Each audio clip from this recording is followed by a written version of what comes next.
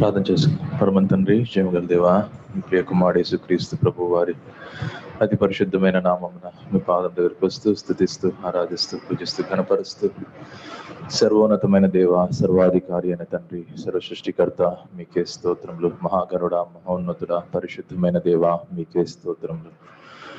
ఉన్నత పరిశుద్ధ స్థలములలో అతి పరిశుద్ధ స్థలంలో వాసం చేయు తండ్రి మీకే స్తోత్రములు. పరిశుద్ధుడు పరిశుద్ధుడు పరిశుద్ధుడు అని దివారాత్రులు కోట్లాది కోట్ల దేవదూతలు పూజింపబడే దేవా మీకే స్తోత్రం చెల్లించుకుంటున్నాం. జీవం కలిగిన దేవుడు, నిత్యం నుంచి నిత్యం వరకు వాసం చేయువారు, సింహాసనాసీనుడైన వారు, ఏలుచున్నవారు, మీ రాజ్యమును బట్టి స్తోత్రములు, మీ మహిమని బట్టి స్తోత్రములు, మీ శాశ్వతమైన ప్రేమ, మీ అపారమైన కృపని బట్టి స్తోత్రములు. మీ కృప ఆకాశంలో ఉంది, మీ యొక్క నమ్మకత్వం మేఘంని తాకుతుంది, మీ నీతి పర్వతముల వలె ఉంది, మీ యొక్క తీర్పుల గాధములో ఉంచున్నాయి. దాన్ని బట్టి స్తోత్రములు తండ్రి. మీ ప్రియ కుమారుడు యేసుక్రీస్తు ప్రభు వారిని బట్టి స్తోత్రములు. మీరు చూపించిన ఆ యొక్క ప్రేమ దేవా, ఆ యొక్క దేవా మహోన్నతమైన దేవా మహిమగల ప్రేమని బట్టి స్తోత్రములు. మీ కుమారుని మా కోసం ఇచ్చిన దాన్ని బట్టి స్తోత్రములు దేవా. మమ్మల్ని విమోచించుకుని దాన్ని బట్టి స్తోత్రములు దేవా. పాపులైన మమ్మల్ని ప్రేమించిన దాన్ని బట్టి స్తోత్రములు దేవా. ఏ మంచి లేని మమ్మల్ని దయ చూపించిన దాన్ని బట్టి స్తోత్రములు ప్రభువా. దేవా మా కోసం దిగి వచ్చిన దాన్ని బట్టి స్తోత్రములు దేవా. శిలువ మరణ పర్యంతము తగ్గించుకునే దాన్ని బట్టి స్తోత్రములు దేవా. మరణంని రుచి చూచిన దాన్ని బట్టి స్తోత్రములు దేవా. ఆ ఉన్నతమైన మీ యొక్క స్వారూప్యంని బయలుపరిచిన దాన్ని బట్టి స్తోత్రములు ప్రభువా. అట్టి యొక్క మహిమలోకి మమ్మల్ని కూడా పిలిచిన ప్రభువా మీకే స్తోత్రములు దేవా. ప్రభువా ఆ యొక్క ఉన్నతమైన పిలుపుని బట్టి స్తోత్రములు, పరిశుద్ధ పిలుపుని బట్టి స్తోత్రములు ప్రభువా. మమ్మల్ని సిలువ మరణం రక్తము ద్వారా ప్రతిష్ఠించి ప్రభా మీ ప్రజలుగా చేసుకుని దాన్ని బట్టి స్తోత్రములు ప్రభా. నూతన పరిచిన దాన్ని బట్టి స్తోత్రములు దేవా. మరి ఒక దినము ప్రభా ఇలాగ మేము ప్రార్థనలో కూడుకున్నట్టుకు మాకు కలిగించిన కృపని బట్టి స్తోత్రములు ప్రభా. దేవా మీ ప్రజలైన మేము దేవా ప్రార్థించుటకు కృపను అనుగ్రహించము. మీ వాక్యంని మాకు దయచేయము. మీ సన్నిధితో దేవా మమ్మల్ని సంధించము. మీ యొక్క మాటలు మాకు దయచేయము. పేదవారం మేము ఏం చేయలేము, మీరు మాట్లాడితేనే, మీ స్వరం వినిపిస్తేనే ప్రభా. కాబట్టి మమ్మల్ని నిర్మూలం చేయము, సులువు వెనకాల మరుగు చేయము ప్రభా. దేవా తామే మాట్లాడము, మీ ప్రజలకు అవసరమైనది దయచేయము ప్రభా. మమ్మల్ని కనికరించము, మీ కృపలో మమ్మల్ని జ్ఞాపకం చేసుకునము, దయతో జ్ఞాపకం చేసుకునము దేవా. ఆ యొక్క కృపకు అనుసారంగా దేవా మమ్మల్ని సంధించము దేవా. మేము దేవా మీకు తగినట్లుగా జీవించుటకు కృపను అనుగ్రహించము. మీ పాదం దగ్గర అప్పగించుకుంటూ కృపను కోరుకుంటూ యేసు ప్రభు వారి అతి పరిశుద్ధమైన నామమున ప్రార్థించి అడిగి వేడుకుంటున్నాం తండ్రి, ఆమేన్.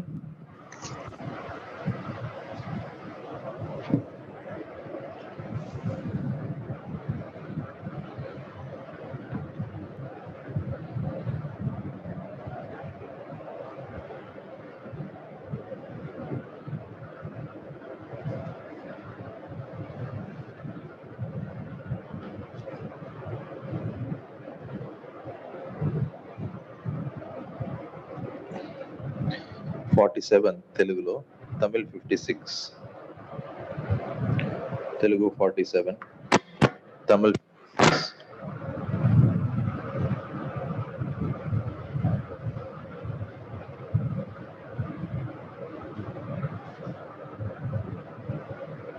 సమస్త జనులారా మీరు యెహోవాకు స్తుతి గీతము పాడి.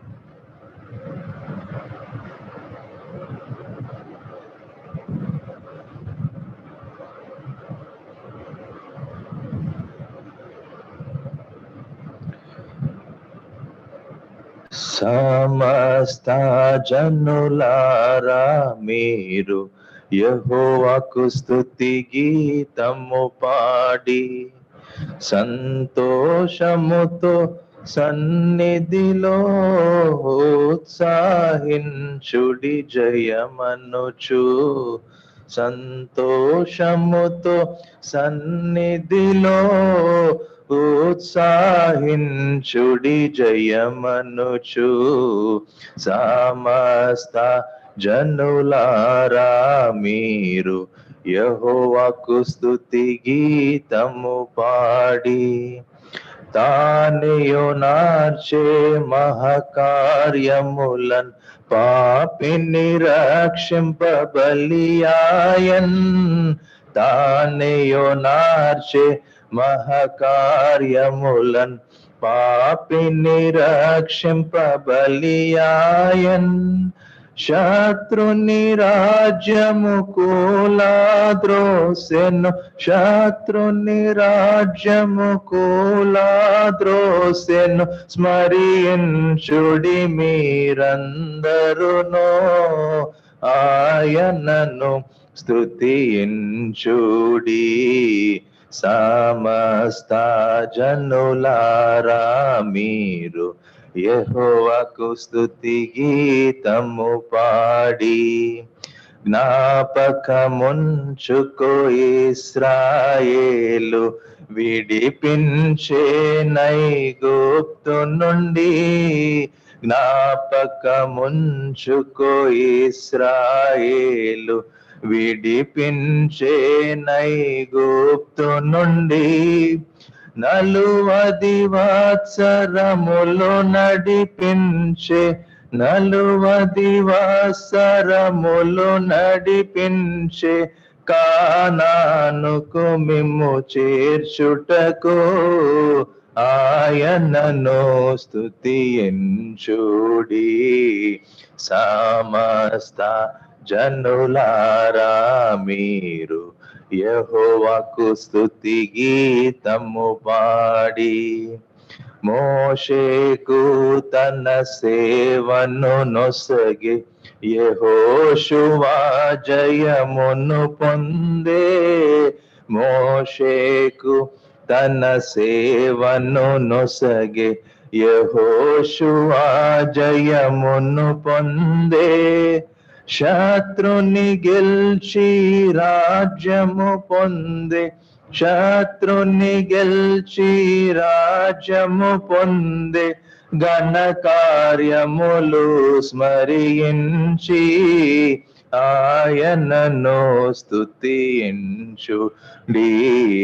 సమస్త జనులారా మీరు యెహోవాకు స్తుతి గీతము పాడి మీరే ప్రభుని స్వంత ప్రజలుగా కొనే మిమ్ము తన రక్తముతో మీరే ప్రభుని స్వంత ప్రజలుగా కొనే మిమ్ము తన రక్తముతో ఆత్మల చేర్చి సంగము కట్టే ఆత్మల చేర్చి సంగము కట్టే ఆ రీతిని కని స్మరించు ఆయనను స్తుతించుడి సమస్త జనులారా మీ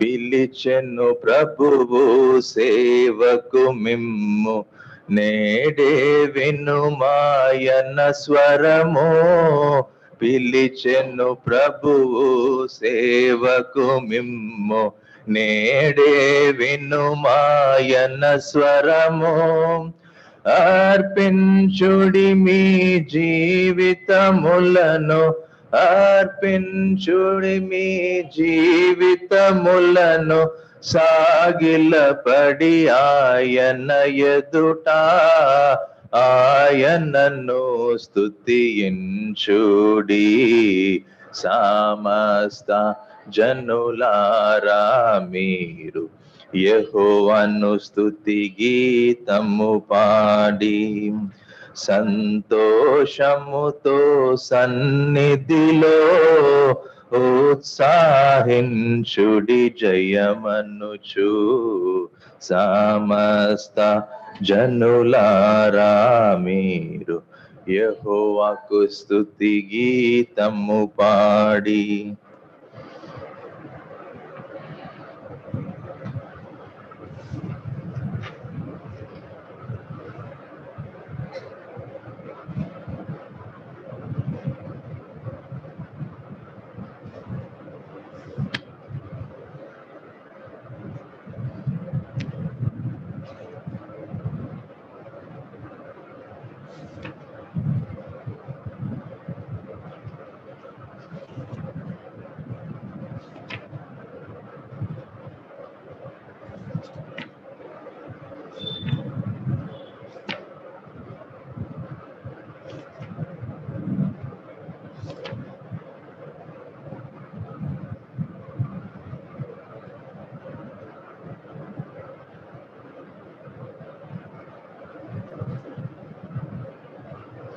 ఓ ప్రేమ గల యేసు ప్రేమించినావు మమ్ము.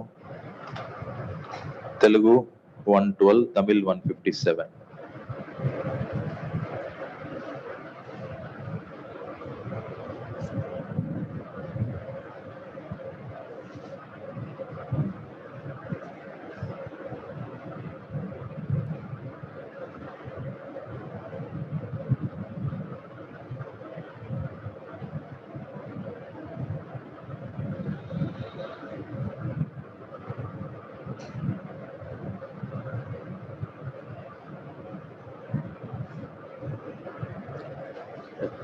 త్రీ స్టాన్సెస్ పాడదాం. ఫస్ట్ 3 స్టాన్సెస్, మొదటి 3 చరణాలు పాడదాం. ఓ ప్రేమ గల యేసు ప్రేమించినావు మమ్ము, స్మరించు చూస్తూ తింతున్ రక్షణనిచ్చినావు. ఓ ప్రేమ గల యేసు అద్భుత యాగమందు అందారికై బలియై, అద్భుత యాగమందు అందారికై బలియై, అందారి పాపములకు ప్రాయశ్చిత్తమైతివి, అందారి పాపములకు ప్రాయశ్చిత్తమైతివి. ఓ ప్రేమ గల యేసు ప్రేమించినావు మమ్ము, స్మరించు చూస్తూ తింతున్ రక్షణనిచ్చినావు. ఓ ప్రేమ గల యేసు దాసులమై మెముండ మోషేను పంపితివి, దాసులమై మెముండ మోషేను పంపితివి, చేసితివి స్వతంత్రులుగా నీ బాహుబలము తోడా, చేసితివి స్వతంత్రులుగా మీ బాహుబలము తోడా. ఓ ప్రేమ గల యేసు ప్రేమించినావు మమ్ము, స్మరించుచు స్తుతింతున్ రక్షణనిచ్చినావు.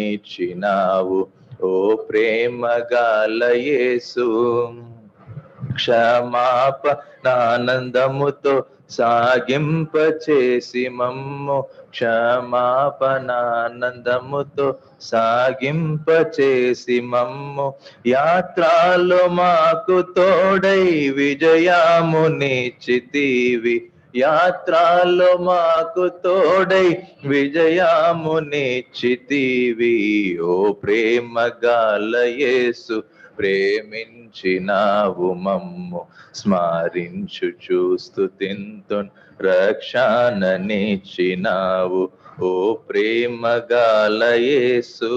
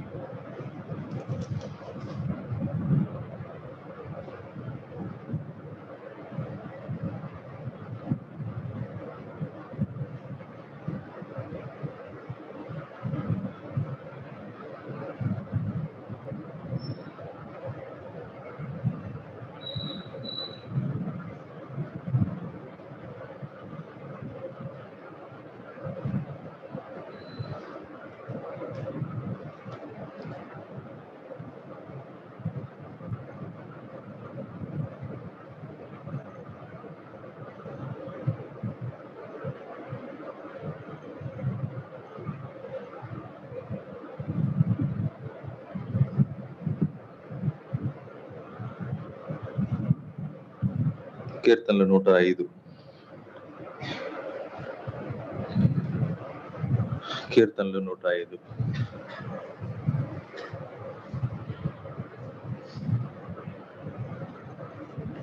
4వ వచనం కలిసి చదువుకుందాం.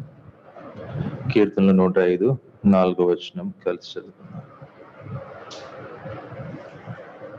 Seek the Lord and his strength, seek his face forevermore.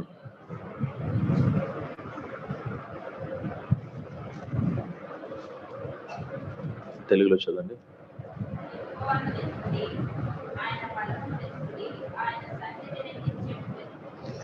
యెహోవాని వెతుకుడి, ఆయన బలముని వెతుకుడి, ఆయన సన్నిధిని నిత్యము వెతుకుడి. 24వ వచనం. He increased his people greatly and made them stronger than their enemies.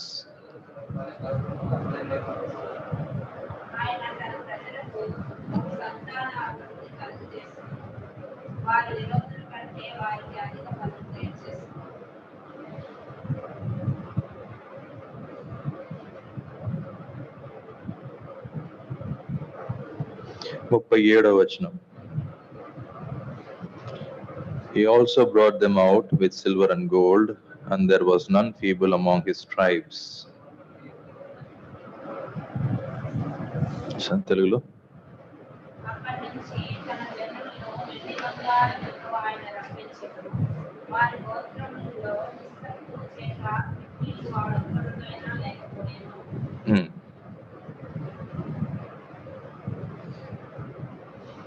నలభై 41. He opened the rock and water gushed out. It ran in the dry places like a river. చదవండి.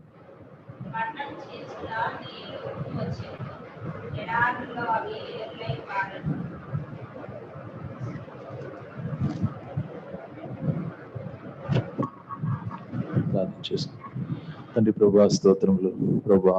ప్రార్థన కొరకై కొంతమందిగా చేరుండగా మాతో మాట్లాడము ప్రభా. మమ్మల్ని బలపరచము, మీ స్వరం మాకు వినచేయం, మమ్మల్ని నిర్మూలం చేయం ప్రభా. తామే మీ ప్రజలతో మాట్లాడి మమ్మల్ని నడిపించము, సిలువ వెనకాల నన్ను మరుగుపరచము ప్రభా. మీ స్వరం వినట కొరకే వచ్చాము, మీ స్వరం మాకు వినచేయము. భారము కన్నీరు మాకు దయచేయం. యేసుక్రీస్తు ప్రభువా నామమున ప్రార్థిస్తున్నాం తండ్రి, ఆమేన్.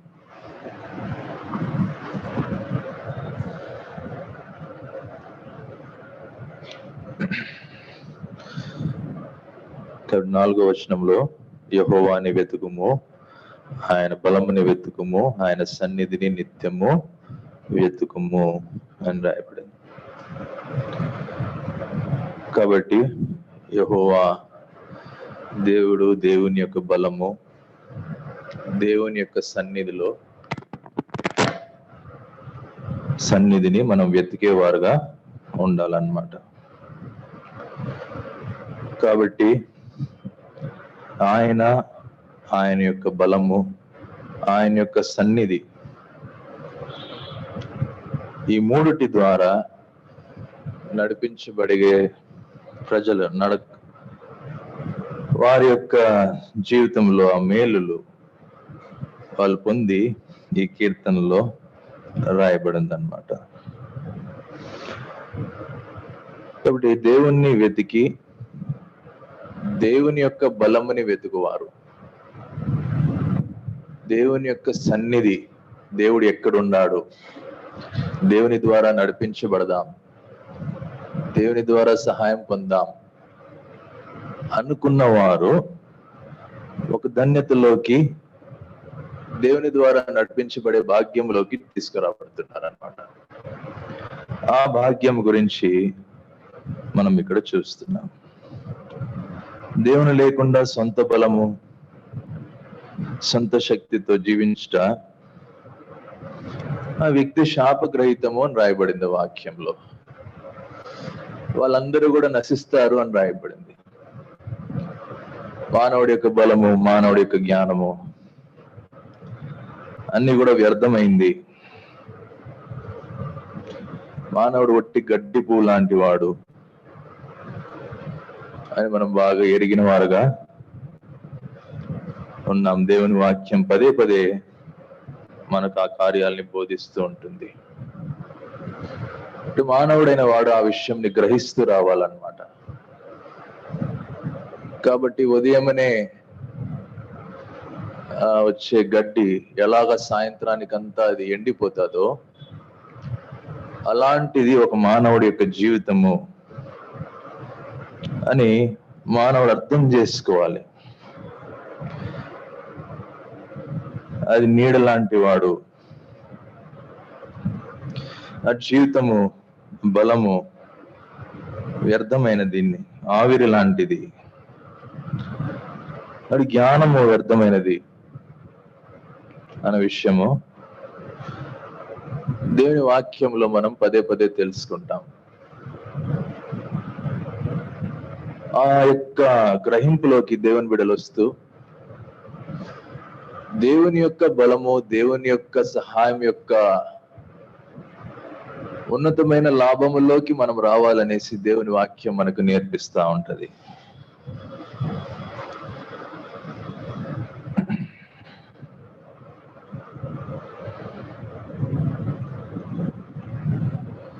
కీర్తన 105లో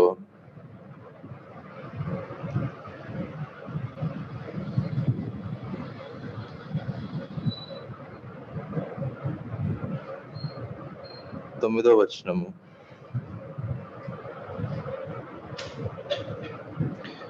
8, 9, 10, 11.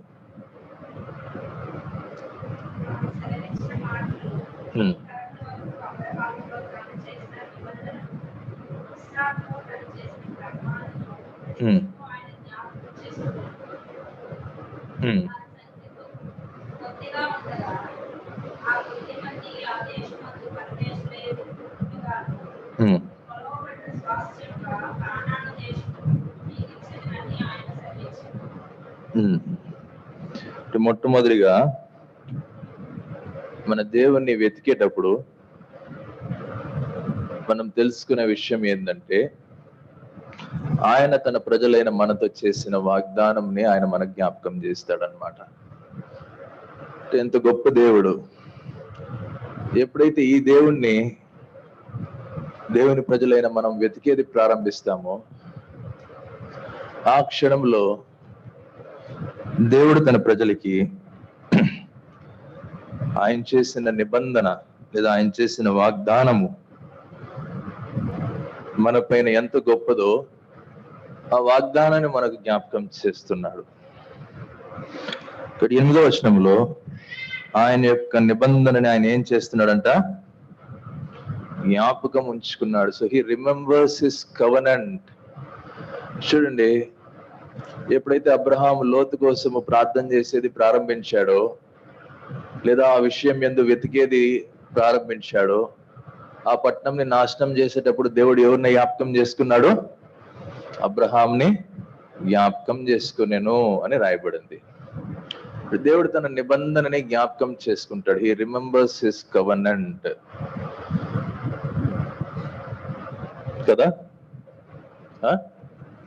కాబట్టి ఎప్పుడైతే ఆయన తట్లు చూస్తామో, అదే సమయంలో ఆయన యొక్క నిబంధన, ఆయన యొక్క వాగ్దానంని దేవుడు జ్ఞాపకం చేసుకుంటున్నాడు. లోకంతో పాటు నాశనం అవ్వకుండా నా ప్రజల్ని నేను కాపాడాలని వాగ్దానం చేశాను కదా, వాళ్ళని ఆశీర్వాదకరమైన ఒక దేశంలోకి నడిపిస్తానని వాగ్దానం చేశాను కదా, వాళ్ళకి కానాన్ అనే క్రీస్తు యొక్క పరిపూర్ణతలో ఉన్న ప్రతి ఆశీర్వాదం, ఎఫెసీ 1వ అధ్యాయము, పర సంబంధమైన ప్రతి ఆశీర్వాదములతో ఆశీర్వదించాను అని ఆయన ఆశీర్వాదములు ఆయన జ్ఞాపకం చేసుకునేవాడు. వెన్ వి సీక్, ఎప్పుడు ఆయన్ని వెతికేది మనం ప్రారంభించేటప్పుడు, ఆయన యొక్క బలముని వెతికేది ప్రారంభించినప్పుడు, ఆయన యొక్క సన్నిధిని వెతికేది ప్రారంభించినప్పుడు. కాబట్టి యెషయాలో కూడా రాయబడింది, అబ్రహాం నా యొక్క స్నేహితుడు యొక్క, ఈ యొక్క పేజ్ అట్లే పెట్టుకొని చూడండి, యెషయా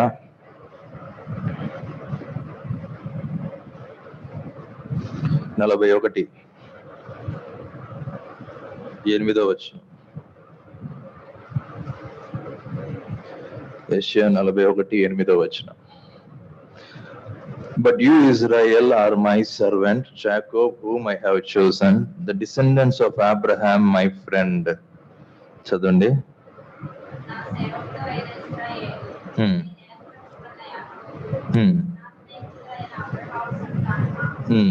చూడండి, వెంటనే దేవుడు తనకు చేసిన వాగ్దానములని జ్ఞాపకం చేసుకుంటున్నాడు. కాబట్టి ఏం చెప్తున్నాడు? నా స్నేహితుడైన అబ్రహాం యొక్క సంతానమా. So how wonderfully he is remembering that we are the descendants of Abraham. Abraham యొక్క సంతానం అంటే దేవుని వెతుకువారు, దేవుని పైన విశ్వాసం కలిగిన వారు, దేవుని యొక్క సన్నిధిని వెతికివారు, అబ్రహాం వలె విశ్వాసం కలిగిన వారు. కాబట్టి ఎప్పుడైతే దేవుని యొక్క బలముని వెతికేవారుగా మనం ఉంటామో, ఆయన వెంటనే చెప్పేది ఏంటంటే, ఓ నా స్నేహితుడు అబ్రహాం యొక్క సంతానమా. దేవుడు తన వాగ్దానములని, తన నిబంధనని జ్ఞాపకం చేసుకొని ఉన్నాను. I remember, he remembers. నేను జ్ఞాపకం చేసుకొని ఉన్నాను. అబ్రహాంకి నేను ఏం వాగ్దానం చేశాను, తన సంతానంని నేను ఎలా ఆశీర్వదిస్తాననేసి వాగ్దానం చేశాను, ఆ వాగ్దానం నేనేం చేసుకున్నాను, జ్ఞాపకం చేసుకున్నాను. కాబట్టి మొట్టమొదటిగా తన క్రియలన్నీ తన ప్రజల కోసం చేసే ముందు తను ఎప్పుడు కూడా ధైర్యపరిచి తన యొక్క నిబంధనని జ్ఞాపకం చేసేవాడుగా ఉంటున్నాడు. ఇక్కడ యెషయా 41లో కూడా మనం చూసినట్లయితే 10వ వచనంలో తన ప్రజల్ని ధైర్యపరుస్తున్నాడు అన్నమాట. చూడండి 9వ వచనం ఆఖరి భాగం. 9వ వచనం చదవండి.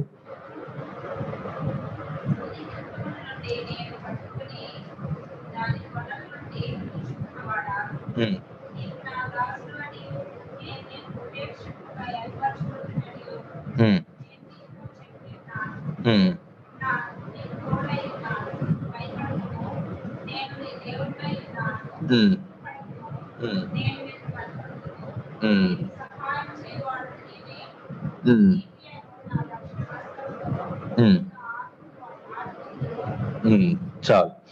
కాబట్టి మొట్టమొదటిగా ఇక్కడ మనం చూసేది ఏంటంటే, దేవుడు తన ప్రజలు ఏం చేస్తున్నాడు, ధైర్యపరుస్తున్నాడు, బలపరుస్తున్నాడు, తన వాగ్దానంని జ్ఞాపకం చేస్తున్నాడు అన్నమాట.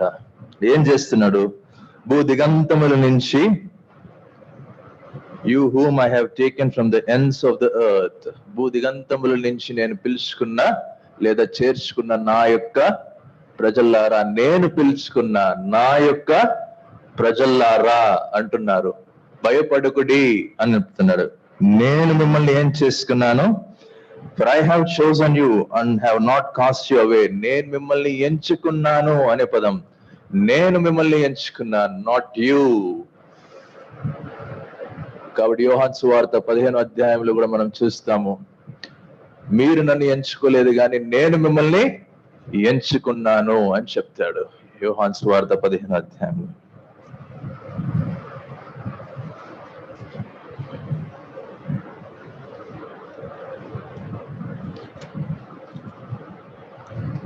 పదహారో వచనం,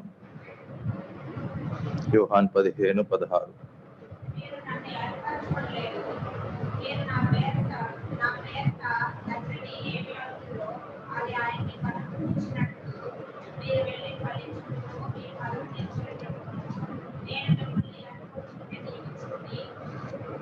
కాబట్టి ఆయన మనల్ని ముందుగానే ఏర్పరచుకున్నాడు.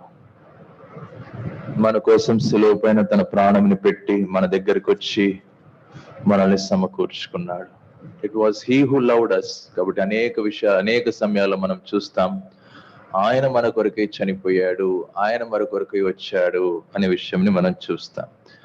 కాబట్టి యాకోబు రాసిన పత్రికలో ఆయన ముందుగా మనల్ని ప్రేమించాడు అని మన విషయం చూస్తాం. కాబట్టి ఆయన మనల్ని ముందుగా ఎంచుకున్నాడు అని. ఎఫెసీ 1వ అధ్యాయంలో భూపునాదులకు ముందే ఆయన మనల్ని క్రీస్తులో ఏర్పరచుకునేను. కాబట్టి క్రీస్తులో ఎందుకు ఏర్పరచుకున్నాడు ఆయన ముందే? క్రీస్తులో ఉన్న ప్రతి ఆశీర్వాదమును నువ్వు నేను పొందాలి అనేసి ఆయన ముందుగానే ఏర్పరచుకున్నాడు అనే విషయం మనము చూస్తాం. చదవండి, ఎఫెసీలో ఏడుంది? నాకంటే ముందు మీరు తీస్తున్నారు, చెప్తానే.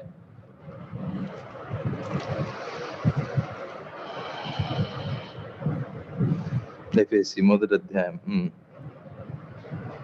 4వ వచనం.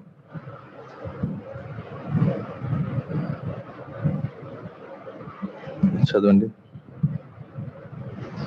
just as he chose us in him before the foundation of the world, that we should be holy and without blame before him in love. చదవండి తెలుగులో.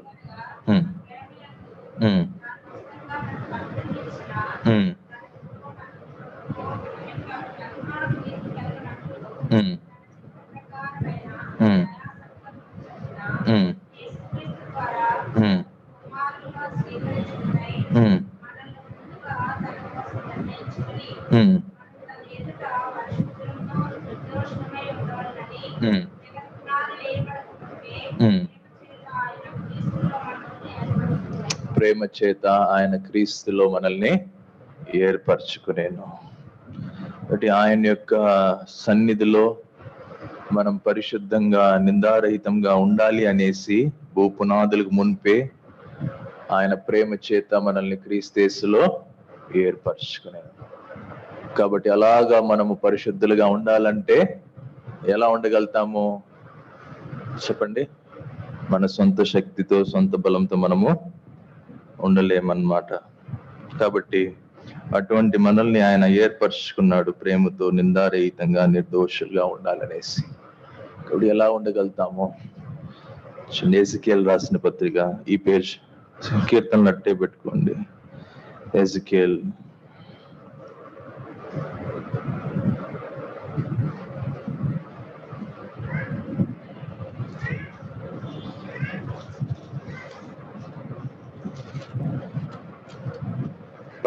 అధ్యాయం, ఎజికేల్ 14వ అధ్యాయం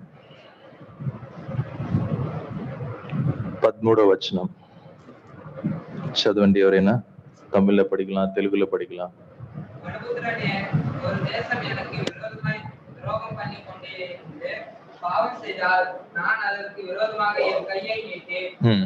அப்பம் என்னும் ஆதரவு கோலை முடித்து அதில் பஞ்சத்தை அனுப்பி மனுஷரையும் மிருகங்களையும் அதில் ராதபடிக்கு நாசம் பண்ணுவேன்.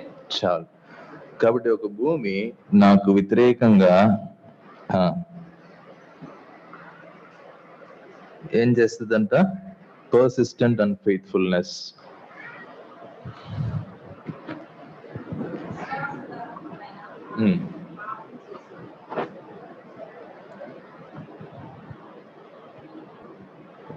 పర్సిస్టెంట్ అంటే ఎడతెగగా నమ్మకత్వం లేని విధానంగా. తమిళ్ బైబిల్ మా ప్రకాష్, తమిళ్ అసలు కొంచెం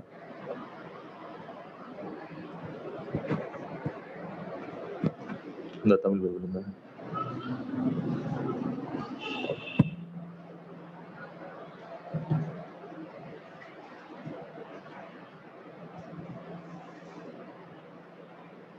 Translation.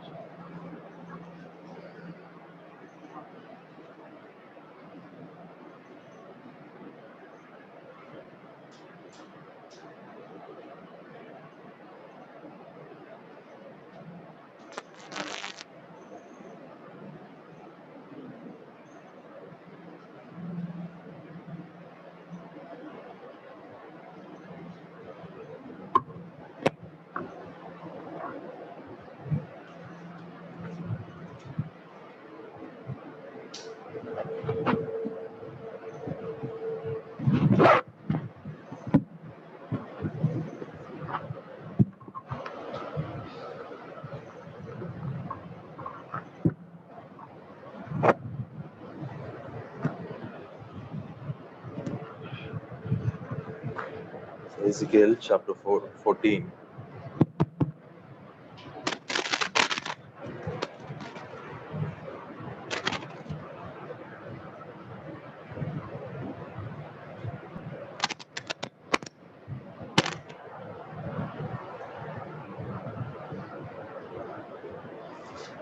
Ezekiel 14వ అధికారం verse 13. 13వ వచనం. First part, when a land sins against me by persistent unfaithfulness. ஒரு தேசம் எனக்கு முன்பாக எனக்கு விரோதமாய் துரோகம் பண்ணி கொண்டிருந்தது. By persistent unfaithfulness. பாவம் செய்ததினால் அது எனக்கு விரோதமாக என் கையை நீட்டி So I will stretch out my hand against it, and I will cut off its supply of bread, send famine on it, and cut off man and beast from it. என் கையை நீட்டி அதில் அப்பம் எனும் ஆதரவுகோலை முறித்து அதில் பஞ்சத்தை அனுப்பி மனுஷரையும் மிருகங்களையும் அதில் இராதபடிக்கு నాశనం பண்ணுவேன். కాబట్టి ఎడతెగగా నమ్మకము లేని స్థితిలో ఉన్నప్పుడు,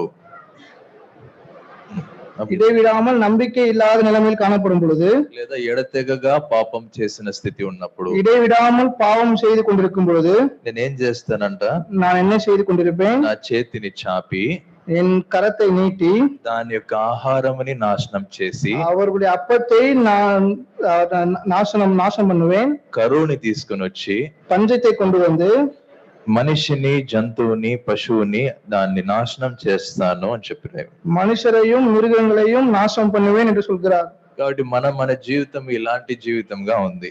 நம்முடைய வாழ்க்கை இப்படிப்பட்டதான வாழ்க்கையை காணப்படுகிறது. ఎడతెగగా పాపము చేసిన వారం మనము, இடைவிடாமல் பாவம் செய்து கொண்டிருந்தோம். ఎడతెగగా పాపం చేసిన వారం இடைவிடாமல் பாவம் செய்து கொண்டிருந்தோம். మన తలంపులు, మన ఆలోచనలు, అనుదిన స్థితి పాపముతో నిండి ఉన్న స్థితి. நம் சிந்தனை, ஆலோசனை எல்லாம் பாவத்தினால் நிறைந்திருந்தது. ఒక రోజు ప్రభుకి విధేయత లేని స్థితి, ஒரு நாளும் தேவனுக்கு கீழ்ப்படியாத நிலைமை காணப்பட்டது. ఇప్పుడు ఇలాగ చేసినప్పుడు ఏం చేస్తున్నాడు, இப்படி செய்யும் பொழுது ஆண்டவர் என்ன செய்கிறார், ఆయన తన చేతిని చాపి அவர் தன் கரத்தை நீட்டி మనకు ఉండాల్సిన ఆశీర్వాదంని నాశనం చేస్తున్నాడు. நமக்கு இருக்கிற ஆசீர்வாதத்தை அவர் நாசம் பண்ணுகிறார். ఇటువంటి ప్రజలైన మనల్ని ఆయన ఏర్పరచుకుంటున్నాడు. இப்படிப்பட்ட ஜனங்களா இருக்க நம்மை அவர் தெரிந்து கொண்டிருக்கிறார்.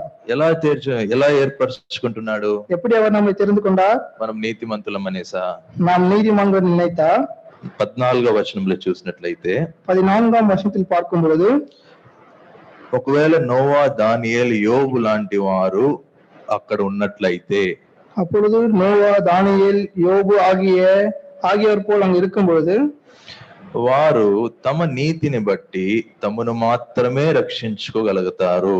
அவர்கள் தங்கள் நீதி நிமித்தம் அவர்களை ரட்சித்துக் கொள்வார்கள், వేరే ఎవరిని రక్షించలేరు. வேறு யாரையும் ரட்சிக்க முடியாது.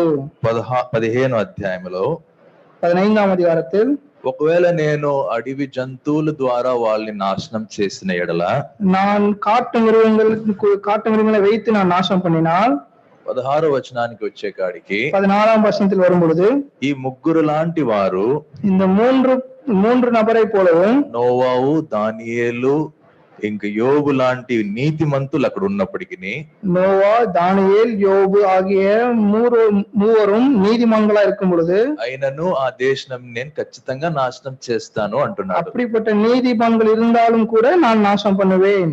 వాళ్ళ నీతిని బట్టి వాళ్ళే మాత్రమే రక్షించగలుగుతారు, వేరే ఎవరిని రక్షించలేరు అని. அவர்கள் நீதி நிமித்தம் அவர்கள் தம்மை தாமே ரட்சிக்க கூடுமே தவிர பிறரை ரட்சிக்க முடியாது. అదేలాగా 17వ అధ్యాయంలో 17వ వచనంలో, அதை போல் 17ஆம் வசனத்தில், ఒక ఖడ్గము ద్వారా నేను ఆ దేశాన్ని నాశనం చేస్తే, ஒரு పట్టయం வைத்து நான் அதை நாசனம் பண்ணினால், అప్పటికి ఈ ముగ్గురు ఆ దేశంలో ఉంటే, அப்பொழுதும் இந்த மூவரும் தேசத்தில் இருந்தால் ఆ దేశంని వాళ్ళు కాపాడలేరు అని రాయబడింది. அவர்கள் இருந்தாலும் கூட தேசத்தை காப்பாற்ற முடியாது. వాళ్ళ నీతిని బట్టి వాళ్ళు మాత్రమే రక్షించుకోగలుగుతారు అని రాయబడింది. அவர்கள் நீதி நிமித்தம் அவர்கள் தாமே ரட்சிக்க கூடும். అదేలాగా మరలా మనం 19వ వచనంలో చూస్తే, அதே போல் 19ஆம் வசனத்தில், తెగులుని నేను ఆ దేశముని పైన పంపిస్తే, கொள்ளை நோயை நான் அனுப்பினால், అప్పటికి ఆ దేశము వీళ్ళు ముగ్గురు ద్వారా ఉన్నప్పటికీ అది నాశనం అయిపోతుంది. ஆகிலும் இந்த மூவர் இருந்தாலும் கூட தேசமானது நாசம் பண்ணுவேன் என்று சொல்கிறார். ఈ దేశము నా కాపాడబడదు అని రాయబడింది. தேசமானது காப்பாற்ற முடியாது என்று சொல்கிறார். చెప్తున్నాడు ఈ మాటలు పదే పదేగా. ஏன் இந்த வார்த்தையை திரும்ப திரும்பவும் சொல்கிறார்? ఆ దేశం యొక్క పాపం ఎంత గొప్పదంటే, அந்த தேசத்துடைய பாவம் எவ்வளவு பெரியது என்றால், ఇంత గొప్ప నీతిమంతులు ఆడు ఉన్నప్పటికీ, எவ்வளவு பெரிய நீதிமான்கள் இருந்தாலும் கூட, వాక్యానుసారంగా దేవుడు తన నోటితో ఈ ముగ్గురిని నీతిమంతుడుగా పిలుస్తున్నాడు అంటే ఎంత గొప్ప వాళ్ళు అయి ఉంటారు వీళ్ళు. வசனத்து நிமித்தம் தேவன் இந்த மூன்று நபரையும் நீதிமான்கள் அழைக்கிறார் என்றால் அவர்கள் எவ்வளவு பெரியவராக காணப்படுவார்கள். అబ్రహాం యొక్క జీవితం తీసుకుంటే బహుశా ఎక్కడో ఒకటి తప్పు చేశాడు అని మనం చెప్పొచ్చు. ஆபிரகாமுடைய வாழ்க்கையில் பார்க்கும் பொழுது அவர் எங்கே ஒரு தவறு செய்திருக்கிறார். ఈసాకు యొక్క జీవితం చూస్తే కూడా ఎక్కడైనా తప్పు చేశాడని చెప్పొచ్చు.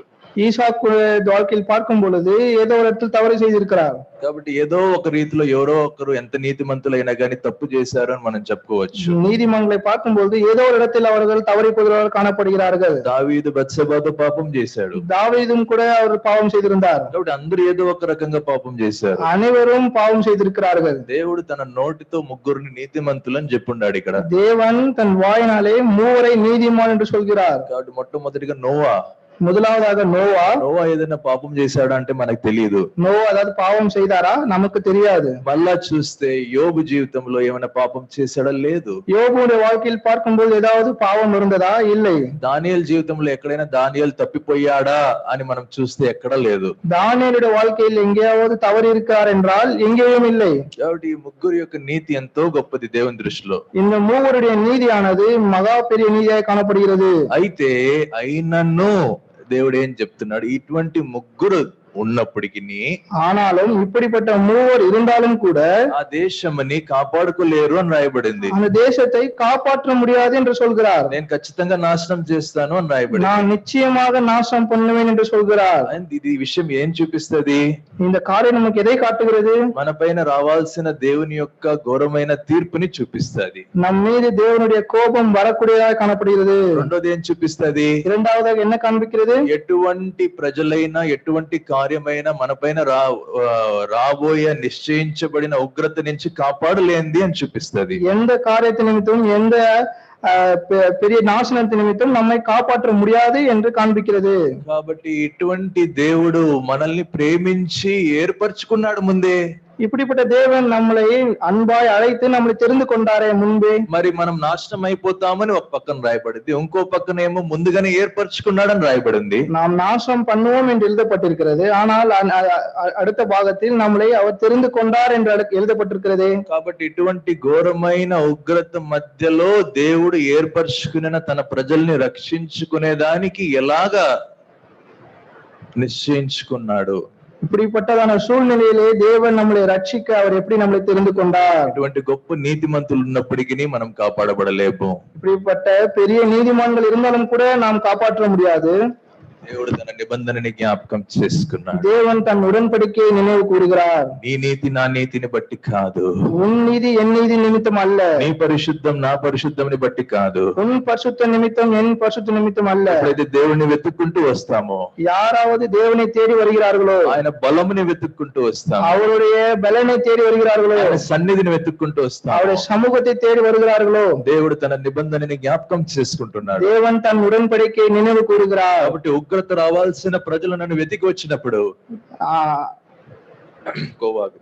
கோபாக்கினை வரக்கூடிய ஜனங்களாயிருந்த நம்மை మనల్ని వెతుకుంటూ వచ్చినప్పుడు, நம்மளை தேடி வரும்போது ఆహారం లేకుండా నాశనం చెయ్యాలి, ஆகாரம் இல்லாமல் நாசம் பண்ணுவேன் என்று சொல்லி இருக்கிறார். కరువు ద్వారా నాశనం చేయబడాలి, பஞ்சத்து நிமித்தம் நாசம் பண்ணப்பட வேண்டும், ఖడ్గం ద్వారా నాశనం చేయబడాలి, பட்டயத்து నిమిత్తం నాశం பண்ணப்பட வேண்டும். అడవి జంతువులు అంటే దుష్టుల్ని చూపిస్తుంది, దుష్టుల ద్వారా నాశనం చేయబడాలి. காட்டு மிருகங்கள் என்றால் துஷ்டர்கள் நிமித்தம் அவர்கள் நாசம் பண்ணப்பட வேண்டும். అందరి పైన ఇట్టి ఉగ్రత ఉన్నప్పుడు, நாம் அனைவர் மீதும் இப்படிப்பட்ட ஆக்கினை இருக்கும் பொழுது యెహోవాని, యెహోవా బలముని, యెహోవా సన్నిధిని వెతుకువారిని దేవుడు రక్షించేకి తన నిబంధనని జ్ఞాపకం చేస్తాడు. தேவனை, தேவனுடைய சமூகத்தை தேடுகிறவர்களுக்கு இப்படிப்பட்டதான உடன்படிக்கை அவர் நினைவு கூறுகிறார். కాబట్టి ఇటువంటి వారి మధ్యలో నుంచి తన ప్రజల్ని ఏర్పరచుకుంటున్నాడు. இப்படிப்பட்டதானவர்கள் நடுவில் இருந்து நம்மளை தெரிந்து கொண்டிருக்கிறார். రోమీలు ரோமர் 5వ అధ్యాయం 5ஆம் அதிகாரம்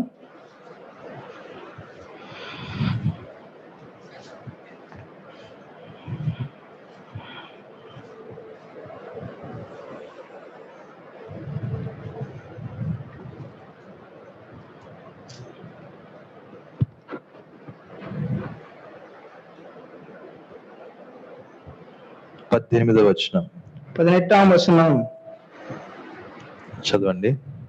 ஆகையால் ஒரே மீறுதலிலே எல்லா மனுஷருக்கும் ஆக்கினைக்கு ஏதுவான தீர்ப்பு உண்டாகுனது போல ஒரே நீதினாலே எல்லா மனுஷருக்கும் ஜீவனை அளிக்கும் நீதிக்கு ஏதுவான தீர்ப்பு உண்டாயிற்று. ఒక మనిషి ద్వారా ஒரு మనిషినినాలే అందరి పైన పాపము మరణం యొక్క శిక్ష ఎలాగొచ్చిందో ஒரு மனித நிமித்தம் அனைவருக்கும் எப்படி தீர்ப்பு உண்டாயிருக்கிறதோ అదేలాగా ఒక వ్యక్తి యొక్క నీతి కలిగిన కార్యములను బట్టి அதை போல் ஒரு நீதிமான நிமித்தம் మన పాపములు క్షమించబడి దేవునితో ఐక్యం అవుతున్నాం. நாம் பாவம் மன்னிக்கப்பட்டு நாம் தேவனுக்கு ஐக்கியமாகிறோம். ఈ ఒక్క వ్యక్తి యేసు ప్రభు వారు మాత్రమే அந்த ஒரு மனுஷர் இயேசு கிறிஸ்துவாய் காணப்படுகிறார். యేసు ప్రభు వారి యొక్క నీతిని బట్టి మాత్రమే ఒక్క వ్యక్తి యొక్క నీతి, இயேசு கிறிஸ்துவின் நீதி நிமித்தம் மட்டுமே, ஒரு நபருடைய நீதி மட்டுமே. వ్యక్తి ఎవరు? இந்த நபர் யார்? దేవుడు తానే. தேவன் தாமே. భూమి పైన ఏ వ్యక్తి లేనప్పుడు, பூமியின் மீது எந்த நபரும் இல்லாத நிலைமையிலே పరము నుంచి దిగి వచ్చిన నీ దేవుడు, பரத்திலிருந்து இறங்கி வந்த உன் தேவன், ఆయన మహాప్రేమని బట్టి அவருடைய பேரன்பு நிமித்தம் పరిశుద్ధమైన బలిగా నీ పాపములు నా పాపములను క్షమించి என்னுடைய பாவங்களை பரிசுத்த பலியாய் அவரை ஏற்படுத்தி ఆయన మీద వేసుకొని அவர் மீது ஏற்றுக்கொண்டார். ఆ యొక్క పరిశుద్ధమైన ప్రేమతో నిండిన ఆ యొక్క బలి, பரிசுத்த நிமித்தமாய் நிரம்பி இருந்த அந்த ஒரு பலி, ప్రేమని బట్టి నీ కోసం ప్రాణం పెట్టాలని నిశ్చయించిన ఆ ప్రేమపూర్వకమైన బలి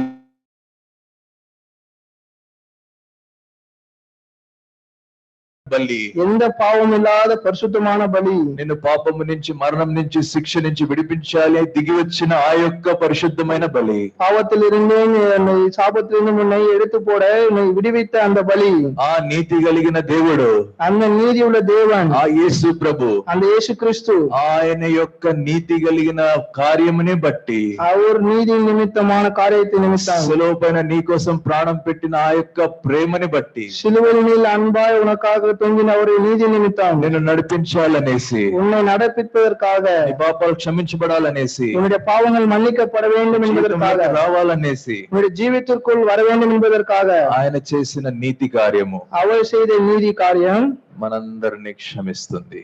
நாம் அனைவரையும் மன்னித்தார். కాబట్టి ఆయన యొక్క నీతిని బట్టి, அவருடைய நீதி நிமித்தம் మనమందరము కూడా ఈ యొక్క శిక్ష నుంచి కాపాడబడుతున్నాం. நாம் అனைవரும் இந்த ஒரு தண்டனையிலிருந்து நாம் மீட்கப்பட்டிருக்கிறோம். కాబట్టి అదే ఎజికియేల్లో రాయబడి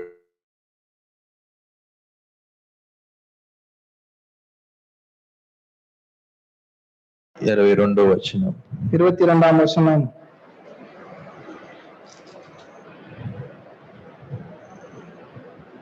ஆகிலும் இதோ அதிலே தப்பி மீதியாகி வெளியே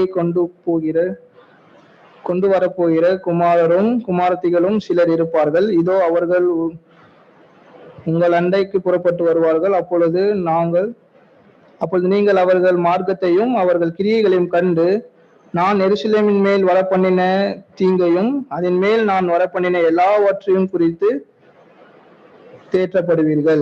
22వ వచనం మొదటి భాగం. yet behold అయినను. 22వ వచనத்தில் முதல் భాగం ఆగిலும் இதோ, ఇదిగో అయినను కొద్ది మంది బయటికి వచ్చెదరు. తప్పి మీదియా இருந்தவர்கள்.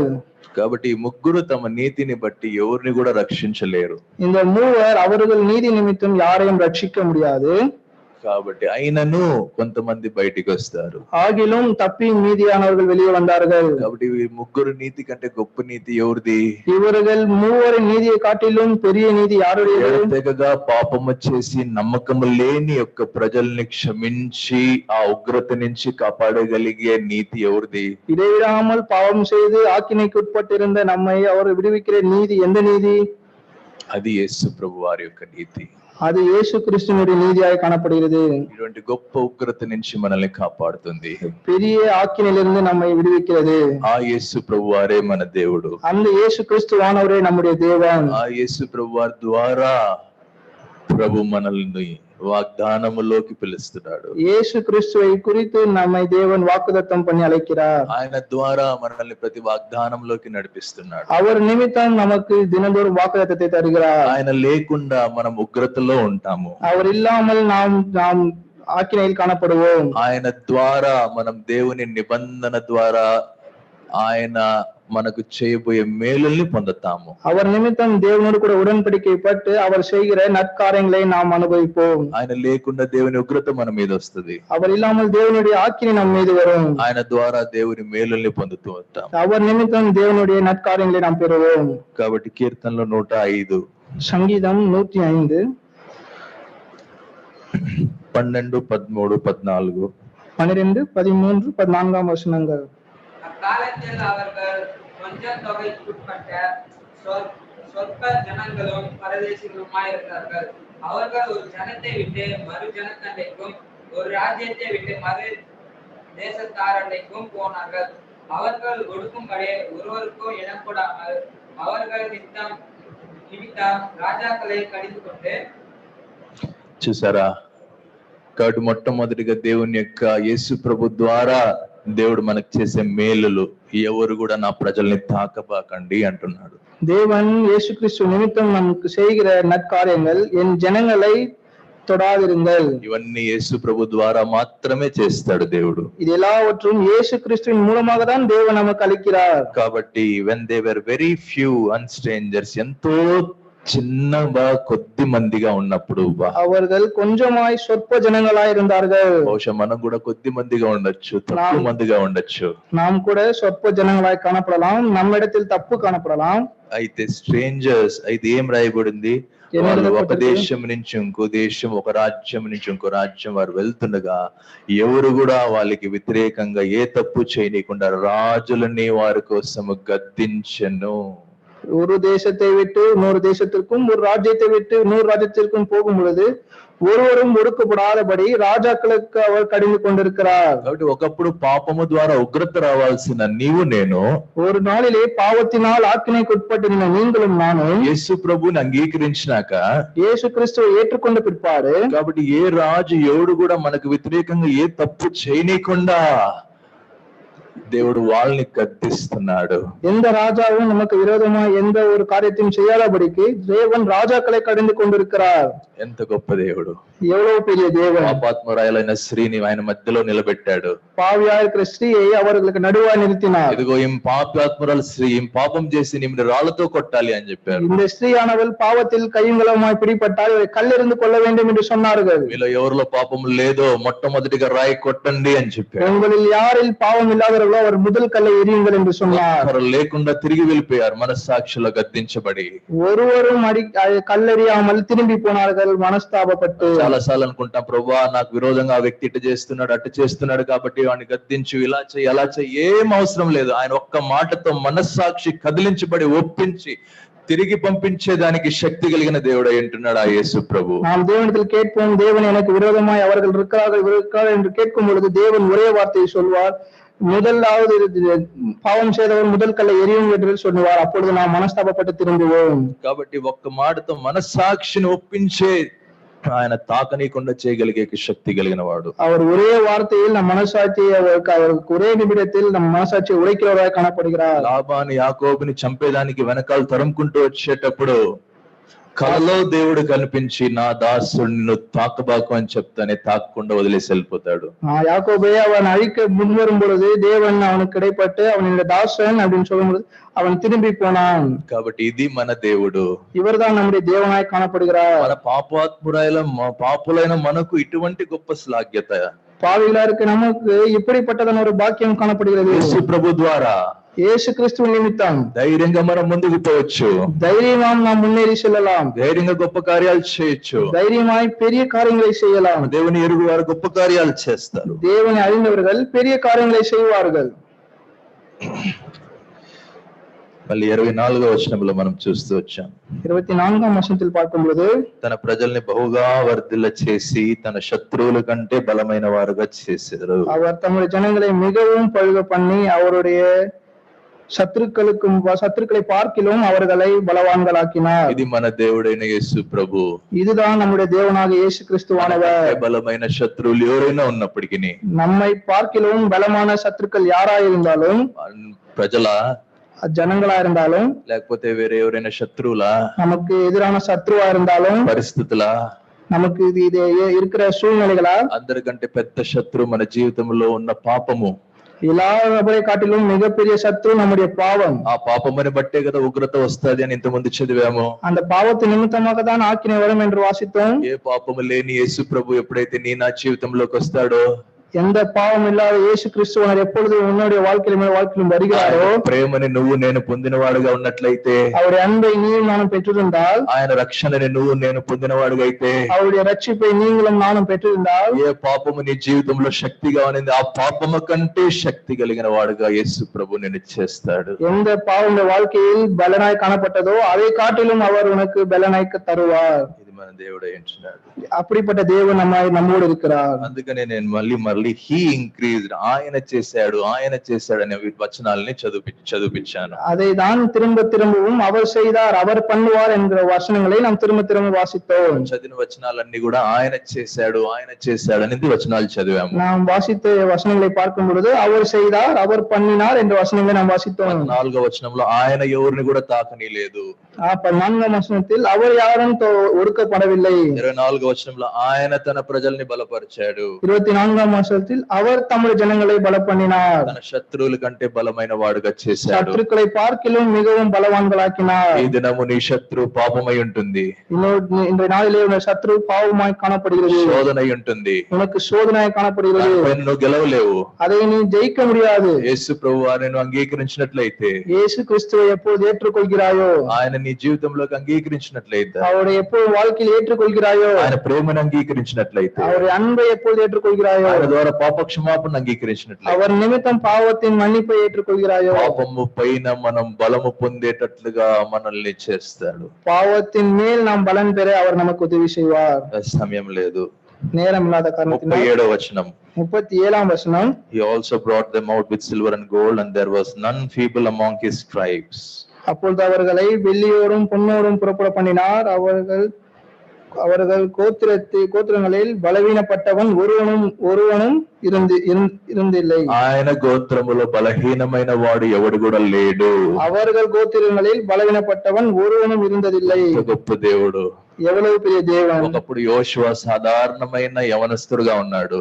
யோசுவை பார்க்கும் பொழுது ஒரு வாலிபனாய் காணப்படுகிறான். కానీ ఒక సమయం వచ్చింది, ஒரு நேரம் வந்தது, తన శత్రువుల్ని చంపుతా ఉంటే அவன் சத்துருக்களை அழிக்கும் பொழுது చీకటి అయిపోతా ఉంది. இருண்டு போனது. చాలే ఇంకా చీకటి అయిపోయింది, నిద్రపోదాం అనుకోలే.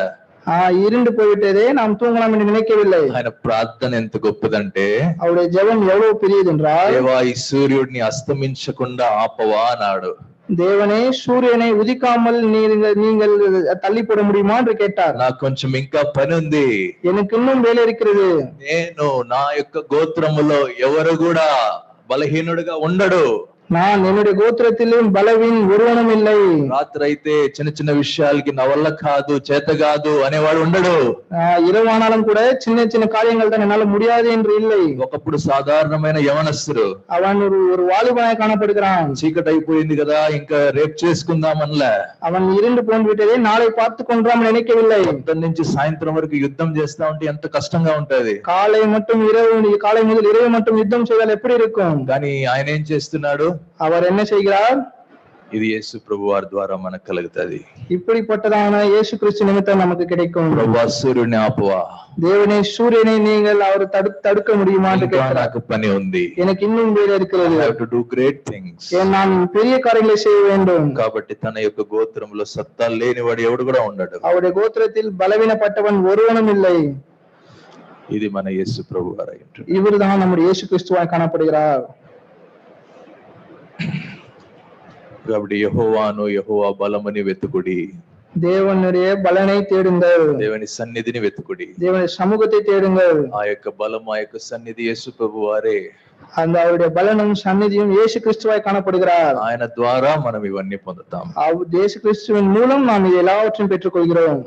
ఆయన అంగీకరించి ఆయన నామమున ప్రార్థించువారు, அவரை ஏற்றுக்கொண்டு அவர் நாமத்து நிமித்தம் செய்கிறவர்கள் ఆయన యొక్క మేలుల్ని చూస్తారు. அவருடைய பெரிய காரியங்களை பார்ப்பார்கள். ప్రార్థన చేసుకోండి, ஜெபம் செய்வோம்.